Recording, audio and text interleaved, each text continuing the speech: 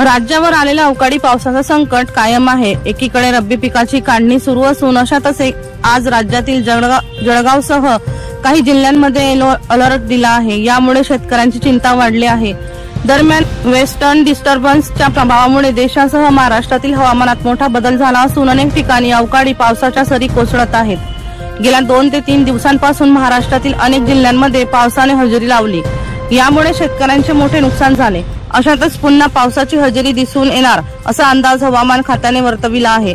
राज्यातील काही जिल्ह्यांमध्ये आज येलो अलर्ट दिला आहे। त्यात जळगाव, धुळे, नाशिक, अहमदनगर आणि छत्रपती संभाजीनगर शहराचा समावेश आहे। त्यानंतर 2 मार्च रोजी जळगाव, धुळे, नाशिक, अहमदनगर, छत्रपती संभाजीनगर आणि जालना जिल्ह्यास येलो अलर्ट दिला आहे। 3 मार्च रोजी विदर्भ, मराठवाडा, उत्तर महाराष्ट्रातील अनेक जिल्ह्यात पावसाचा येलो अलर्ट असणार आहे। सुनील पाटील यांचा रिपोर्ट, बुलंद पोलीस टाइम्स, जळगाव।